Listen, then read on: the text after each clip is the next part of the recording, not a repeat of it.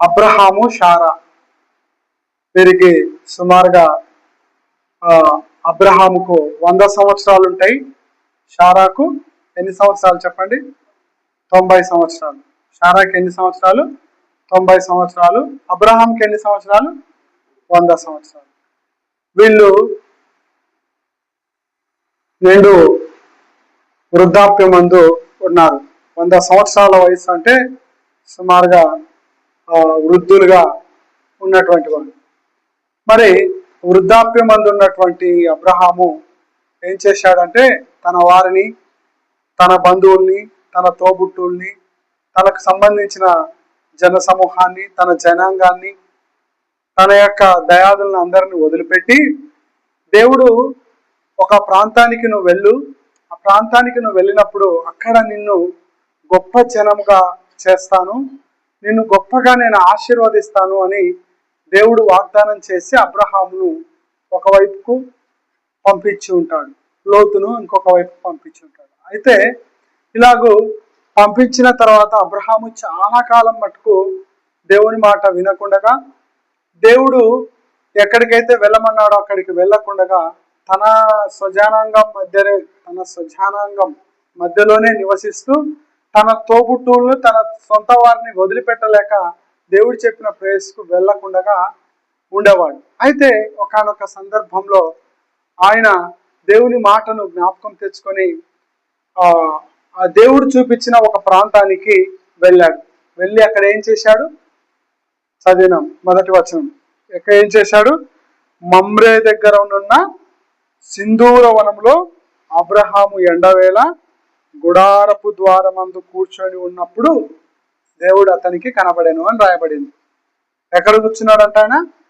Mamre దగ్గరనున్న సింధూర వనంలో ఒక గుడారం వేసుకున్నాడు. ఆ గుడారంలో ఎంతమంది నివసిస్తున్నారు? అబ్రహాము, తన భార్య అయిన షారా, వారిద్దరు నివాసం చేస్తున్నారు. ఎండ తగిలేటప్పుడు, బాగా ఎండ తగిలేటప్పుడు గుడారము ముందర అర్థమవుతుందా? గుడారం అంటే అర్థమవుతుందా? గుడారం అంటే ఒక కొట్టం లాంటిది. గుడారాలు వేస్తుంటారు చూడు మన ఊరికి వచ్చి, అలాంటి గుడారం వేసుకొని దాని ముందర ఒకటి మంచి పెద్ద వృక్షం దగ్గర వేసుకున్నాడు. అయితే ఎండ వేళలా ఆయన అక్కడ కూర్చున్నప్పుడు దేవుడు అతనికి కనపడినప్పుడు ఆయన దేవుడిని చూస్తున్నప్పుడు అతనికి 3 మనుషులుగా కనపడినాడు.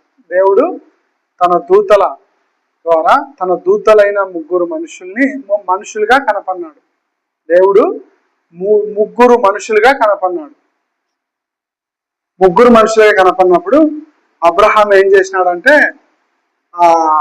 వీళ్ళు ఖచ్చితంగా నా గృహాన్ని, నా గుడారాన్ని ప్రేమించి నా గుడారం దగ్గరికి వీళ్ళు వచ్చినారు అంటే వీళ్ళకి ఖచ్చితంగా ఆకలి అవుతుంది, దప్పిక అవుతుంది, వీళ్ళకు కొంచెము అలసట అనేది వచ్చి ఉంది, వీళ్ళు సేద తీర్చుకోవడానికి వీళ్ళు నా ప్లేస్కు వచ్చారు అంటే నేను వారికి నేను ఏమైనా చేయాలి అన్న ఆలోచన అతనికి కలిగి దేవుని దూతలకు, దేవుని పిల్లలకు ఏం చేస్తున్నాడంటే ఆయన సేవా పరిచర్య చేయడానికి 100 సంవత్సరాల వయసులో పరిగెత్తి అనే మాట రాయబడి ఉంది. పరిగెత్తడం అంటే నిల్చోవడం కాదు, నడవడం కాదు, పరిగెత్తి అని రాయబడింది. చూడండి ఆ 2వ వచనంలో అతని ఎదుట నిలవబడి ఉండిరి, అతడు వారిని చూచి గుడారపు వాకిట నుండి వారిని ఎదుర్కొనుటకు పరిగెత్తి, అర్థమవుతుందా? పరిగెత్తి నేల మట్టుకు వంగి. ఎట్లా వంగినాడంట? నేల మట్టుకు వంగినాడు. ఎవరికి? దేవుని యొక్క దూతలకు, దేవుడు పంపించిన మనుషులకు నేల మట్టుకు వంగాడు. ఎన్ని సంవత్సరాల వయసులో ఉన్నాడు ఆయన? ఎన్ని సంవత్సరాలు చెప్పండి? ఎన్ని సంవత్సరాలు? 100 సంవత్సరాల వయసులో నేల మట్టుకు వంగాడు. ఎవరికి వంగాడు? వారిని ఎదుర్కొనుటకు పరిగెత్తుకొని పోయి వారి దగ్గరికి వెళ్ళి దేవుని దూతల దగ్గరికి, దేవుని దూతల్ని దేవునిగా భావించి దేవుడుగా వారిని గుర్తించి ఏం చేశాడంటే నేల మట్టుకు వంగి నమస్కారం చేసి, సాష్టాంగపడి నమస్కారం చేసి, ప్రభువా నీ కటాక్షము నా మీద ఉన్న ఎడల ఇప్పుడు నీ దాసుని దాటిపోవద్దు. వెంటనే అంటున్నాడు, ప్రభువా నీ దాసుడనైన నా మీద నీ కటాక్షం, నీ దయ చూపించు, నీ కనికరం చూపించు. ఇప్పుడైతే నువ్వు నన్ను దాటిపోవద్దు. నన్ను దాటిపోవద్దు అంటే నా గుడారం దగ్గరికి నువ్వు వచ్చినావు, వచ్చిన నీకు నేను నమస్కరించి సాష్టాంగపడి నేల మట్టుకు వంగి నీకు నమస్కరించి విన్నపం ఏంటంటే నీవు నన్ను నీ కటాక్షము నా మీద ఉంచి వెళ్ళు, నీ దయ నా మీద ఉంచు, నీ కనికరం నా మీద ఉంచు, నీ ప్రేమను నా మీద ఉంచు, నా కుటుంబం ఎడల నీ కటాక్షం చూపించు అని, అంతవరకు నువ్వు చూపించేంత వరకు నన్ను విడిచిపెట్టి పోవద్దు అని అడుగుతున్నాను. ఇప్పుడు మన అందరికి ప్రశ్న, ఇక్కడ కూర్చున్న మనందరికీ, నా వైపు చూడండి అమ్మా, కూర్చున్న వారందరికీ ఒక ప్రశ్న వేస్తున్నాడు దేవుడు. దేవుని పిల్లల దగ్గర నేల మట్టుకు వంగి, ప్రభువా నీ కటాక్షము నా మీద ఉంచు వరకు నీవు నన్ను దాటిపోవద్దని ఎప్పుడైనా మన జీవితంలో ఎప్పుడైనా సరే ప్రార్థన చేసినామా? దేవుని కటాక్షము మన మీద ఉండేటట్టుగా దేవుని పిల్లలకు లేదా దేవుని దూతలకు లేదా దేవునికి మనము ఎప్పుడైనా నమస్కరించి, సాష్టాంగపడి నమస్కరించి నేల మట్టుకు వంగి ప్రార్థన చేసినామా? వాళ్ళు వస్తుంటే వద్దని కూర్చున్నామా? వాళ్ళు వస్తుంటే రావద్దంటున్నామా? వాళ్ళు వస్తుంటే ఎందుకు వచ్చినారని బాధపడుతున్నామా? వచ్చేవారిని నువ్వు ఎంత గొప్పగా రిసీవ్ చేసుకుంటున్నావు అనేదే ఇక్కడ ముఖ్యమైన పాఠం.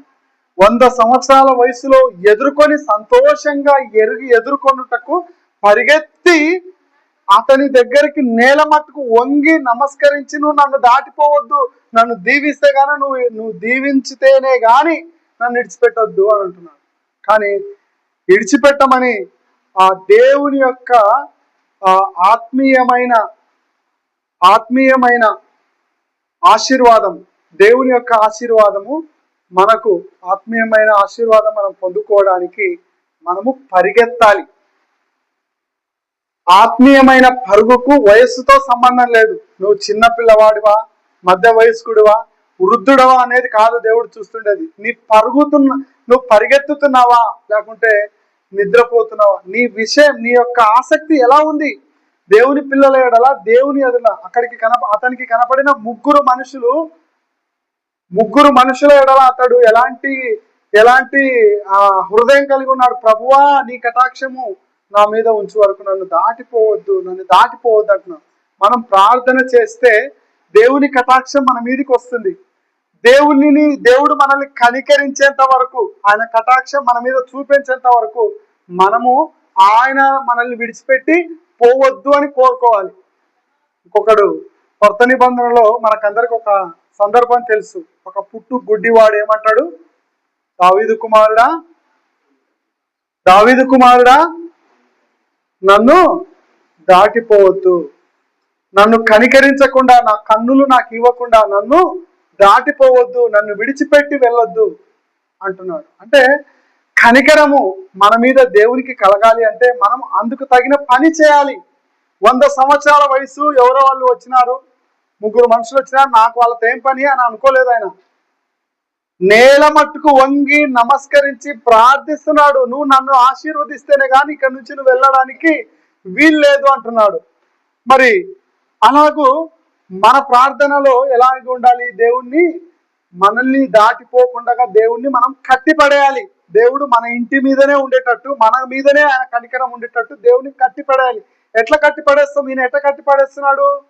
దేవుని మనుషుల్ని, దేవుని పిల్లలని దేవుని ఎట్లా కట్టిపడేస్తున్నాడు? 100 ఏళ్ల వయసులో పరిగెత్తి ఆయనని ఎదుర్కొని తన గుడారం దగ్గర ఉన్నటువంటి శారా దగ్గరికి, 90 ఏళ్ల వృద్ధురాల దగ్గరికి వెళ్ళి ఏమంటున్నాడో తెలుసా? ఎన్ని మానికల పిండి? త్వరపడి వారు అబ్రహాం గుడారంలో ఉన్న శారా దగ్గరకు త్వరగా వెళ్ళి నీవు త్వరపడి 3 మానికల మెత్తని పిండి పిసికి రొట్టెలు చేయి అని చెప్తున్నాడు. 3 మానికల పిండి. ఒక మానిక అంటే ఎంత? 2 నుంచి 2.5 కేజీల పిండి వస్తుంది. మరి ఎన్ని మానికలు? మూడు మానికలు అంటే ఎన్ని కేజీలు? దాదాపుగా 6.5-7 కేజీల పిండి. ఒక కేజీకి ఎన్ని రొట్టెలు అవుతాయి ఏమ్మా? ఎవరైనా చేసిన వాళ్ళు ఉన్నారా? మనము పిండి పట్టించుకోవడానికి ఒక పడి 2 పళ్ళు అంటాం కదా, పడి వచ్చేసి 1 కేజీన్నర, 2 పళ్ళు వచ్చేసి 3 కేజీలు అనుకో. అట్లాంటిది 4 పళ్ళు, దాదాపు 5 పళ్ళ పిండి ఒకటేసారి పిసికి రొట్టెలు చేయంటున్నాడు. ఎంత టైము? సాయంత్రమా పొద్దున్న? సాయంత్రమా పొద్దున్న ఆయన చెప్తున్న టైం చెప్పండి అమ్మా. మిట్ట మధ్యాహ్నం వేళ గుడారం ఎండ తగులుతుంది. ఎండ తగులుతున్న వేళ 90 ఏండ్ల ముసలావిడ దగ్గరికి వెళ్ళి 7 కేజీల పిండినిచ్చి నువ్వు రొట్టెలు చేయంటున్నాడు. కేజీకి ఎన్ని రొట్టెలు అవుతాయమ్మా చెప్పండి? స్త్రీలే కదా, చేయలేదా? కేజీ రొట్టెలు ఎప్పుడు చేయలేనా? 1 కేజీ రొట్టెలు ఎప్పుడు చేయలేనా? ఇక్కడ మన చర్చిలో మీటింగ్ జరిగేటప్పుడు రొట్టెలు చేస్తుంటారు కదా, ఇన్ని కేజీల పిండి చేసినామంటే అప్పుడు ఎన్ని రొట్టెలు అయినా ఎంతమందికి చేసినారు? ఉదాహరణకు ఒక 40 రొట్టెలు కావాలంటే ఎన్ని కేజీల పిండి కావాలి? కేజీకి 10 రొట్టెలైనా అయ్యేది? 10 రొట్టెలైనా 10-12 అవుతాయి. అంటే 10 అనుకో సారసౌటిగా. 7 కేజీలకు ఎన్ని రొట్టెలు కావాలా? 70 రొట్టెలు కావాలి. 70 రొట్టెలు చేయాలా? ఏ వయసులో? 90 ఏళ్ళ వయసులో వృద్ధురాలు త్వరగా వెళ్ళి త్వరపడి నువ్వు చెయ్యి పిసికి మెత్తగా చేసి రొట్టెలు చేయంటున్నాడు. మళ్ళీ ఆయన పోయి లేత దూడని తీసుకొని వచ్చి లేత దూడను తన పని వారికి అప్పగించి దాన్ని సిద్ధం చేయాలి. సిద్ధం చేయడం అంటే దాన్ని జమ చేసి దాన్ని తోలు తీసి దానికి కండలుగా ముక్కలు కట్ చేసి వండామని అంటున్నాడు. ఈయన వయసులో 90 ఏళ్ళ వయసులో ఆయన ఎంత పరుగు? దేవుని సేవకుల కొరకు, దేవుని యొక్క కటాక్షం తన మీద ఉండడం కొరకు ఆయన ఎంతగా పరిగెత్తుతున్నాడు? 70 రొట్టెలు, సుమారుగా 70 నుంచి 80 రొట్టెలు చేయమని చెప్పి లేత దూడని తీసుకొని వచ్చి వధించి వారిని సేద తీర్చి పంపుతున్నాడు. దేవుని సేవకుల్ని, దేవుని దూతల్ని, దేవుని పిల్లల్ని మరి సేద తీర్చి పంపుతూ అప్పుడు ఏం చేస్తున్నాడంటే త్వరగా ఆ తర్వాత అతడు ఏం చేసినాడు? వెన్న తీసుకొని పాలు తీసుకొని సిద్ధం చేయించిన దూడను తెచ్చి వారి ఎదుట పెట్టి వారికి భోజనం చేయించుండగా వారి యొద్ద చెట్టు కింద నిలిచున్నాడు.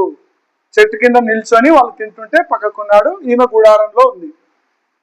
ఇప్పుడు ఈ సీన్ మనకు చూస్తుంటే అర్థమవుతున్నది ఏంటంటే ఆయన పరుగు దేవుని పిల్లలకు సేవ చేయడానికి పరిగెత్తి తనకున్న వాటిలో మంచి వాటిని తీసుకొని వచ్చి మంచిగా సేవ చేస్తూ వాళ్ళని తృప్తిపరుస్తున్నారు. అలా తృప్తిపరచడము మనము చేస్తున్నామా అన్నదే ఇక్కడ ప్రాముఖ్యమైన విషయం. మనకెన్నో పనులు ఉండొచ్చు, మనకెన్నో ఆలోచనలు ఉండొచ్చు, మనకెన్నో ఇబ్బందులు ఉండొచ్చు, కానీ ఇవన్నీ వయసుతో సంబంధం లేకుండా, పనులతో సంబంధం లేకుండా ఆసక్తితో దేవుని పిల్లలకు దేవునికి చేసినట్టే అని దేవుని పిల్లలకు దేవునికి చేస్తూ తన పరిచర్యను తుదముట్టిస్తున్నాడు. మన పరుగు ఏ విధంగా ఉంది? మన ప్రార్థన ఏ విధంగా ఉంది? ఆయన నేల మట్టుకు వంగి ప్రార్థన చేశాడు ఆయన కటాక్షం కొరకు, దేవుని కటాక్షం కొరకు. అలాగే పరిగెత్తుకొని వెళ్ళి భార్యను లేపుతున్నాడు, భార్యను అలర్ట్ చేస్తున్నాడు, పనివారిని అలర్ట్ చేస్తున్నాడు, తనకు కలిగిన వాటిని తీసుకొచ్చి సిద్ధం చేస్తున్నాడు. ఒకనాడు ఇలాంటి పరుగు ఎవరు చేశారు అంటే ఇలాంటి పరుగు ఎవరు చేశారంటే ఫిలిప్పు, దైవజనుడైన ఫిలిప్పు ఆత్మల సంపాదన కొరకైన పరుగు పరిగెత్తాడు. ఐథియోపియాల రాణి అయిన కందాకే క్రింద ఉన్నటువంటి ఒక నపుంసకుడు, ఎవరైనా ఒక నపుంసకుడు రథము పైన వెళ్తూ యెషయా గ్రంథాన్ని చదువుతున్నాడు. అయితే యెషయా గ్రంథాన్ని చదువుతున్న అతనికి ఏం చదువుతున్నాడో తనకు అర్థం కాలేదు. అర్థం కానప్పుడు ఫిలిప్పు ఆత్మ ద్వారా తెలుసుకొని పరిగెత్తుకొని పోయి తనకు అర్థం కాని వాటిని వివరించి చెప్పడానికి ఆత్మల సంపాదన కొరకు ఆయన పరిగెత్తి నపుంసకుని దగ్గరికి వెళ్ళి ప్రశ్నించాడు, నువ్వు చదువుతున్నది గ్రహించినావా?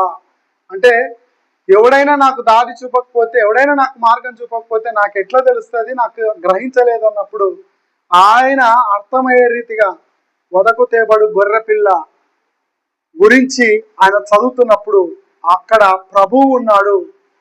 ఆ ప్రభువును అతనికి గుర్తు చేస్తే వెంటనే అతను బాప్తిసం తీసుకున్నాడు. అపోస్తల కార్యములు 8వ అధ్యాయము 27 నుంచి చదువుకుంటూ వెళ్తే మనకు అర్థమవుతుంది ఆ సందర్భంలో. ఈ ఫిలిప్పు భక్తుడు పరుగు ఎలా ఉంది? ఆత్మల సంపాదన కొరకైన పరుగు ఉన్నది.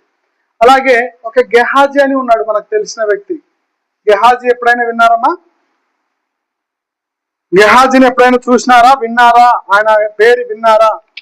2 రాజుల గ్రంథంలో ఈ గెహాజీ పరుగు ఎక్కడుందో చూడండి.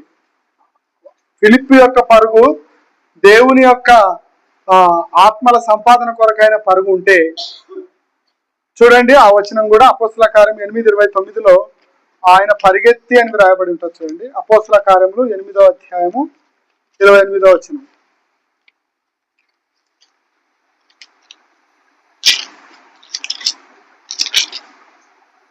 ఆ 29. అప్పుడు ఆత్మ ఫిలిప్పుతో, నీవు రథము దగ్గరికి పోయి దానిని కలుసుకొనమని చెప్పాను. ఫిలిప్పు దగ్గరికి పరిగెత్తుకొని పోయి అతడు ప్రవక్త అయిన యెషయా గ్రంథం చదువుతుండగా విని, నీవు చదివినది గ్రహించుచున్నావా అని అడగగా, ఆయన ఏం చదువుతున్నాడు? నపుంసకుడు ఏం చదువుతున్నాడు? రథం పైన ఆయన గొర్రె వలె వదకు తేబడెను, బొచ్చు కత్తిరించు అని ఎదుట గొర్రె పిల్ల ఎలాగూ మౌనంగా ఉండినో అలాగూ ఆయన నోరు తెరవకుండెను. ఆయన దీనత్వమును బట్టి ఆయనకు న్యాయ విమర్శ దొరకకపోయాను. ఆయన సంతానము ఎవరు వివరించరు? ఆయన జీవము భూమి మీద నుండి తీసివేయబడినది అని ఈ వచనాన్ని చదువుతున్నప్పుడు ఫిలిప్పు ఏం చేసినాడు? నువ్వు చదువుతున్నది గ్రహించినావా అని చెప్పి అక్కడ యేసు ప్రభుని గురించి వివరించినప్పుడు ఆయన వెంటనే ఏం చేసినాడంటే బాప్తిసం తీసుకున్నాడు. చూడండి, ఇదిగో నీళ్లు. 38వ వచనం. వారు త్రోవలో వెళ్ళుచుండగా నీళ్లున్న ఒక చోటికి వచ్చిన నపుంసకుడు, ఇదిగో నీళ్లు, నాకు బాప్తిసం ఇచ్చుటకు ఆటంకమేమని అడిగి రథము నిలుపమని ఆజ్ఞాపించాను.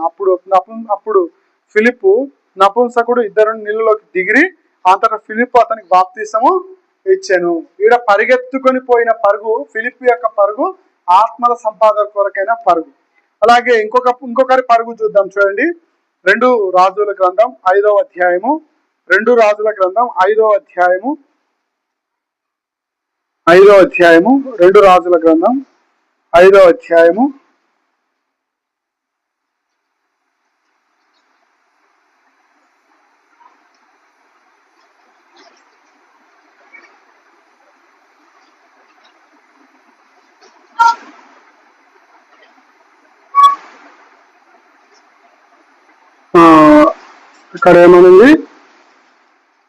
20 వచనమా?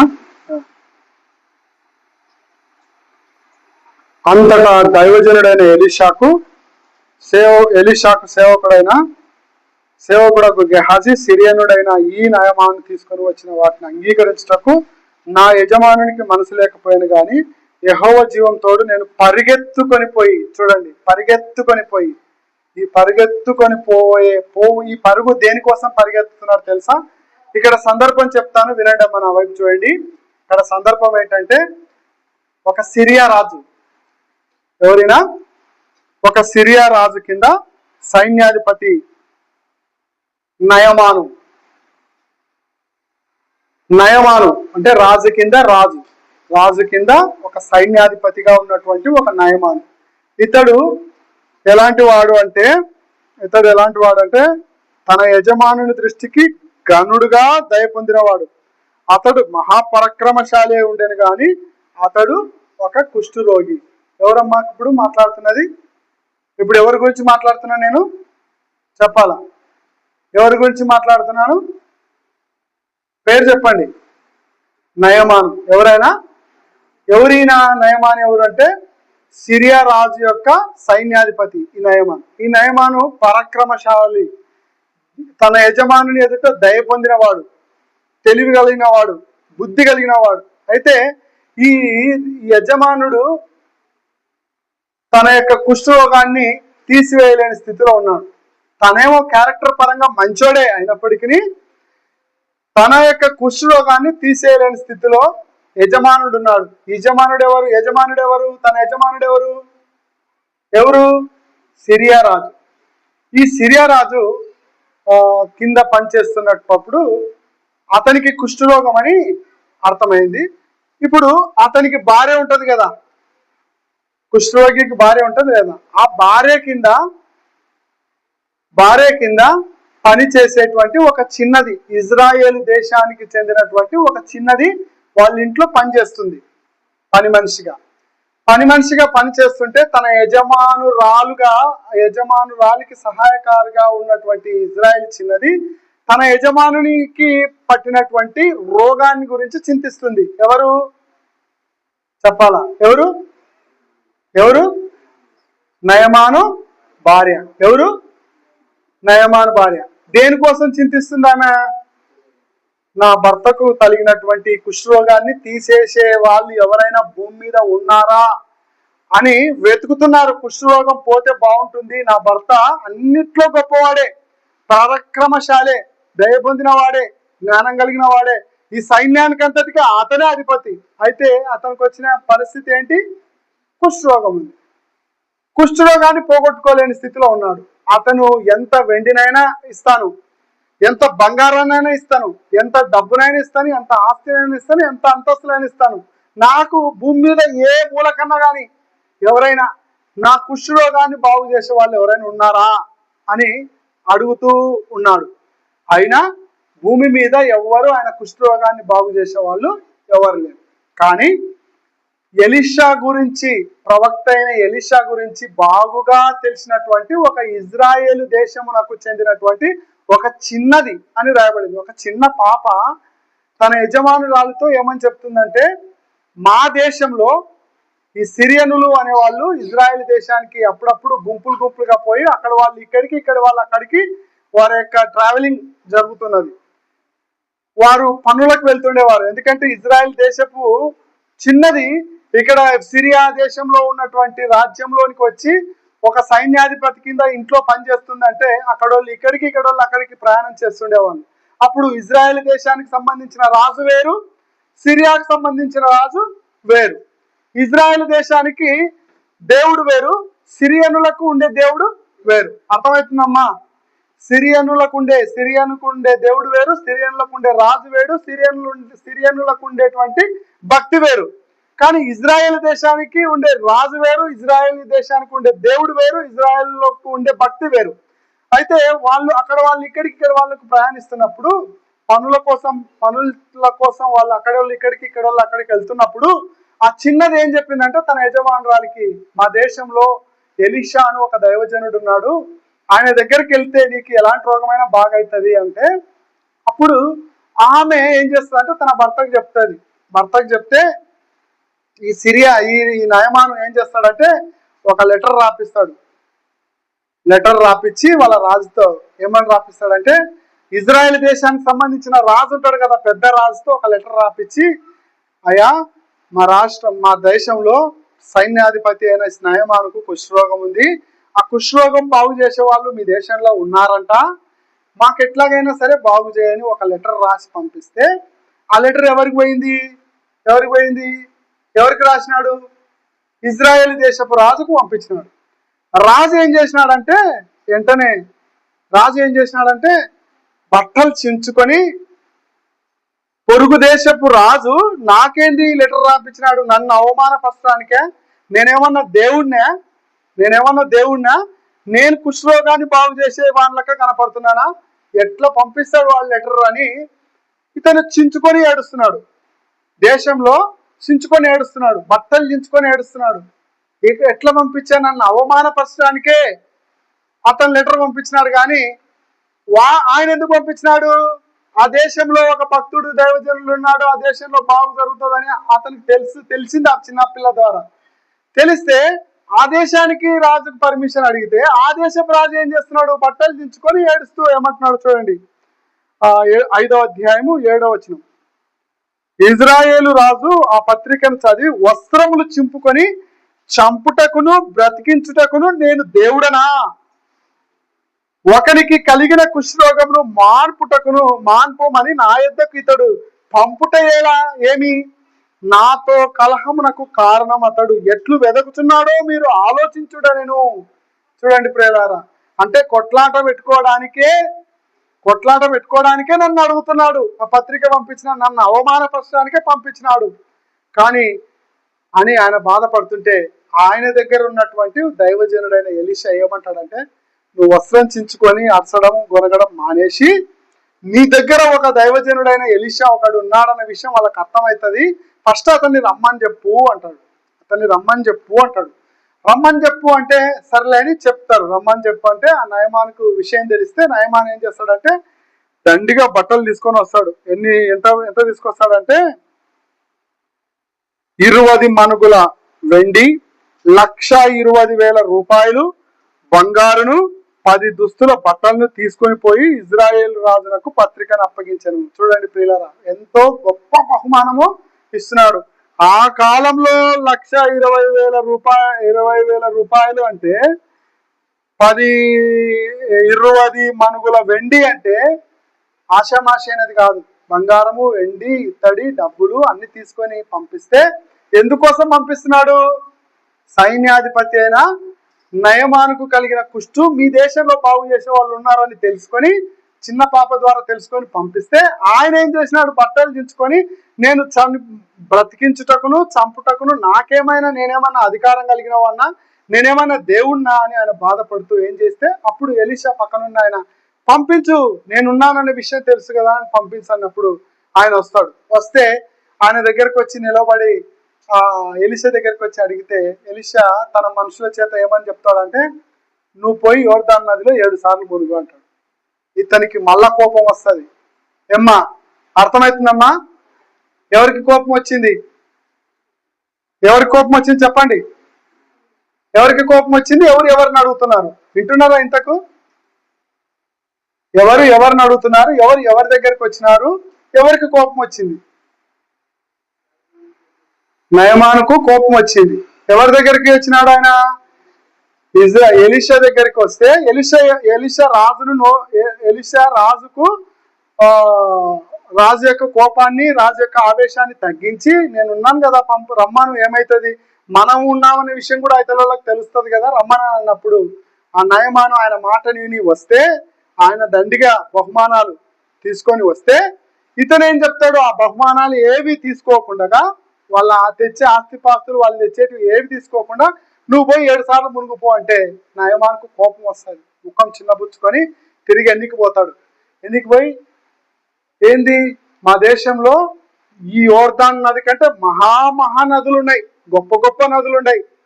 గొప్ప ఈ యోర్దాను నది ఏటికి పనికి వస్తుంది? మా దేశంలో ఉన్నాయి ఈ అర్పారు అనే నది పేరు ఏం పేరు అంటే 2 నదులు, అబానా అను నది, ఫర్ఫరు అనే నది. ఈ 2 నదులు ఇజ్రాయెల్ దేశంలో ఉన్న యోర్దాను నది కంటే గొప్పవి. నేను మునగాలంటే దాంట్లో మునుగుదురు కదా, నువ్వేంది పోయి ఈ నదిలో మునగమంటున్నావు? నేనేమో బంగారము, వెండి, ఇత్తడి, డబ్బులు అన్ని ఆస్తి ఇంతోటి తీసుకొస్తే ఇవేవి కనీసం చూడకుండా నీ దూతలను పంపించి దగ్గరకు కూడా రానియకుండా నువ్వు పోయి 7 సార్లు మునుగుపో అంటే ఇదేంది, నన్ను అవమానపరిచినట్ట కాదా అనుకొని కోపం పుచ్చుకొని ఎన్నికి పోతుంటే వారి దగ్గర పనివారిలో ఒకరు వచ్చి ఏమంటారంటే ఆయన నువ్వు ఇంత డబ్బులు తీసుకురా, ఇంత ధనాన్ని తీసుకురా, ఇంత ఆస్తిని తీసుకురా, ఈ పని చేయి అంటే ఆయన చెప్తే చేసేవానివే కదా, ఎందుకు నువ్వు ముఖం చిన్న పుచ్చుకుంటున్నావు? ఆయనేమో అవన్నీ కావాలా, ఇవి చేయి అవి చేయి అని ఆయన అడగలేదు కదా. ఆయన చెప్పినది ఏంటి? ఆ యోర్దాను నదిలో పోయి 7 సార్లు మునుగాడు, చెయ్యి ఆ పని. నువ్వు అంతకన్నా గొప్ప పని చెప్తే చేస్తావా చేయవా? నువ్వు చేయడానికే కదా వచ్చినావు, నీకు అవన్నీ ఏం చెప్పాలా? చిన్న పని ఏం పని చెప్పినాడు? పోయి యోర్దాను నదిలో మునగమన్నాడు, 7 సార్లు మునగమన్నాడు, మునుగు. అంతకన్నా గొప్ప పని చేయడానికి వచ్చిన నీవు చిన్న పని చెప్తే ఎందుకు చేయకుంటున్నావు అని తన పనివారిలో ఒకరు చెప్తే వెంటనే ఏం చేస్తాడంటే ఆ మాటకు లోబడి పోయి మునుగుతాడు. మునిగిన వెంటనే అతనికి ఉన్న 7 సార్లు మునిగిన వెంటనే కుష్ఠరోగం అనేది నయమైపోతుంది. కుష్ఠరోగం నయమైపోయిన తర్వాత అతడు కానుకలుగా తెచ్చినటువంటి రథం మీద కానుకలుగా మోసుకొచ్చిన వాటిని దైవజనునికి ఇస్తే ఇవేవి నాకొద్దు, వెళ్ళిపో అంటాడు. నువ్వు బాగైనావు కదా, చాలు, నువ్వు వెళ్ళిపో అంటాడు. అప్పుడు ఎలీషాకుంద ప్రియ శిష్యుడు ఉంటాడు.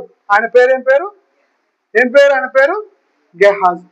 గెహాజీ ఏం చేసినాడంటే దైవజనుడు నోటి ఇస్తుంటే ఇంత ధనము, ఇంత ఆస్తి, ఇంత అంతస్తు, ఇంత వెండి, ఇంత బంగారం, ఇంత ఇస్తుంటే ఇది ఏంటి దైవజనుడు తీసుకోకుండా ఎన్నికి పంపిస్తాడేంటి అని అనుకున్నాడేమో కాబోలు.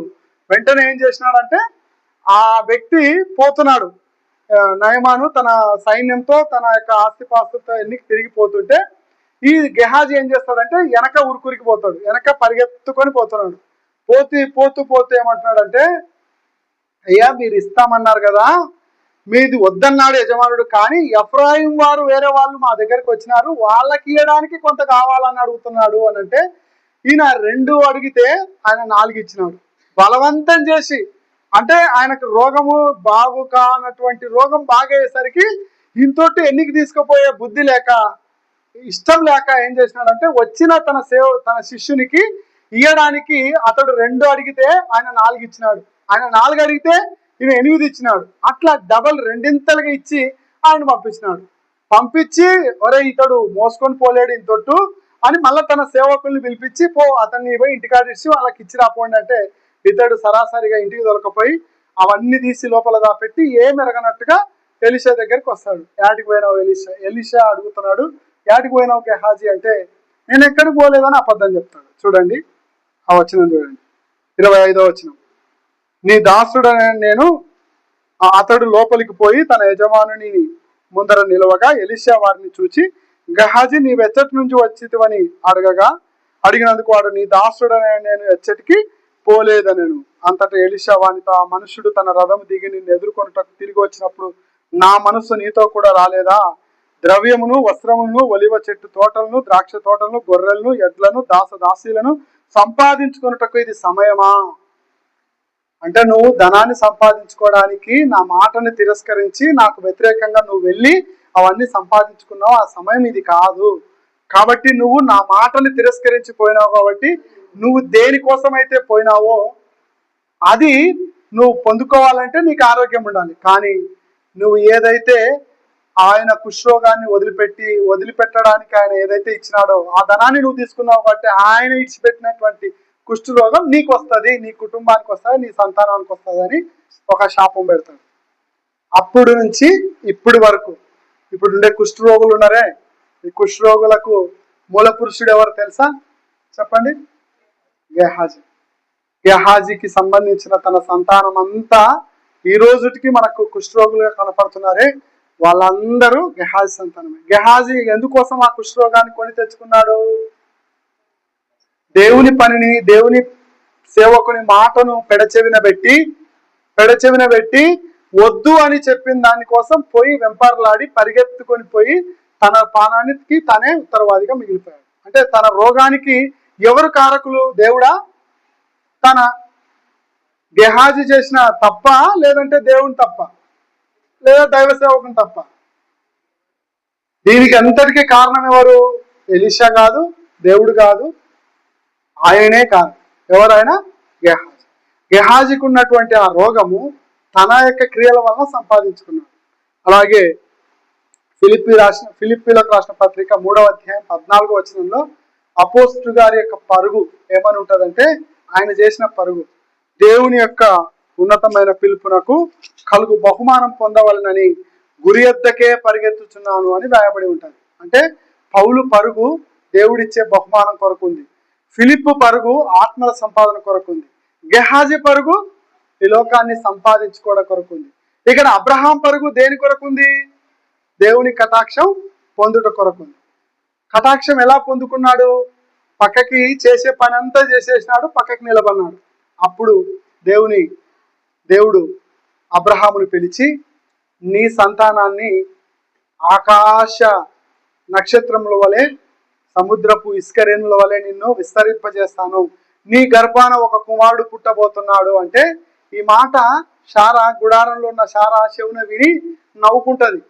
ఏంది 90 సంవత్సరాల వయసులో నా యొక్క ఆయుష్ అంతా తీరిపోయిన టైంలో నేనేంది ఒక కుమారుని కనడం ఏంది? వీళ్ళు ఏదో చెప్తున్నారు, తిండి పెట్టినాం కాబట్టి తినుకుంటా ఊరుకుండకుండా వాళ్ళు తిన్నదానికి ప్రతిఫలంగా ఏం చేసినారు, నీకు కుమారుడు అంటారంటే ఆ కుమారుడు నేను కనేది లేదు, వచ్చేది లేదని నవ్వితే, వీళ్ళ ఆత్మ ద్వారా తెలుసుకొని శారా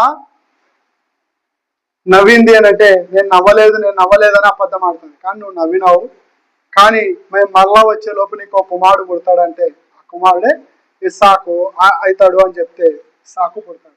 ఇక్కడ మనం నేర్చుకోవాల్సిన పాఠం ఏంటంటే, అబ్రహాము తన సొంత జనాంగంతో ఉన్నప్పుడు, తన ఇంటిని వదిలిపెట్టకుండా, తన కుటుంబాన్ని వదిలిపెట్టకుండా ఉన్నప్పుడు అతడు ఆశీర్వదింపబడలేదు. ఎప్పుడైతే దాన్ని విడిచిపెట్టి దేవుని పని కొరకు వచ్చాడో అప్పుడు ఆశీర్వదింపబడడానికి పునాది అయినది. మరి ఆ పునాది ఏంటి? దేవుని పని, దేవుని పిల్లలకు సేవ చేయడానికి పరిగెత్తి ఆరు కటాక్షం పొందుట కొరకు చేశాను. వాళ్ళు ఏం అడగలే, ప్రతిఫలం ఆశించినారా? అబ్రహాం గాని శారా గాని ఆశించినారా? దేవుని సేవకులకు పెట్టిన తర్వాత ఆశించినారా? ఆశించలే. ఆశించకపోయినా వీళ్ళు ఏం చేసినారు? ఆశీర్వదించినారు, కుమారుని ఇచ్చినారు. అసాధ్యమైన దాన్ని సుసాధ్యం చేసినారు. 90 ఏళ్ల వయసులో పిల్లలు పుట్టడానిక, పిల్లలు కనడానికి ఆమెకు అసాధ్యం. ఋతుక్రమమే ఆగిపోయి ఉంటుంది ఆమెకు. అయినా కూడా ఆమెను ఏం చేస్తాడు దేవుడు? ఆశీర్వదించి ఆమె గర్భాన కుమారుడు పుట్టుటకు కారణమవుతాడు. మరి ఈ వాక్యం విన్న తర్వాత మన పరుగు దేవుని కొరకు ఉన్నదా? ఆత్మల సంపాదన కొరకు ఉన్నదా? లేదంటే గెహాజీ వలె ఈ లోకంలో సంపాదించుట కొరకు, ఈ లోకంలో ఆస్తిపాస్తులు, అంతస్తులు, గొర్రెలు, ఎడ్లు, మేకలు, ఉద్యోగం, అధికారాలు సంపాదించు కొరకు ఉన్నదా? ఒకసారి ఆలోచన చేయండి. దేవుని పనిని విడిచిపెట్టి దేవుని మాటను పెడచెవిన పెట్టి వెళ్ళిన గెహాజీ పరిస్థితి నేటికిని కుష్ఠరోగం నిలిచి ఉన్నది. మరి మనం దేవుని పనిని విడిచిపెట్టి ఎక్కడికైనా వెళ్తున్నామేమో, దేవుని మాటను కాదని దేవుని సేవకులకి చేయవలసిన పని చేయకుండా దేవుని సేవ ఒకనాడు ఫిలిప్పు జరిగించాడు, అపోస్తలుడైన పౌలు జరిగించాడు, క్రీస్తు జరిగించారు, అపోస్తలులు అందరూ జరిగించారు. వాళ్ళ పరుగు అంతా దేవుని పని కొరకే. మరి ఈరోజు మన పరుగు దేవుని పని కొరక, దేవుని ఆత్మల సంపాదన కొరక, లేదంటే మన పని మన సంపాదన కొరకు ఉన్నదా? ఒక్కసారి మనల్ని మనం పరీక్షించుకొని ముందుకు సాగాలని ప్రేమతో కోరుకుంటూ ముగిస్తున్నాను.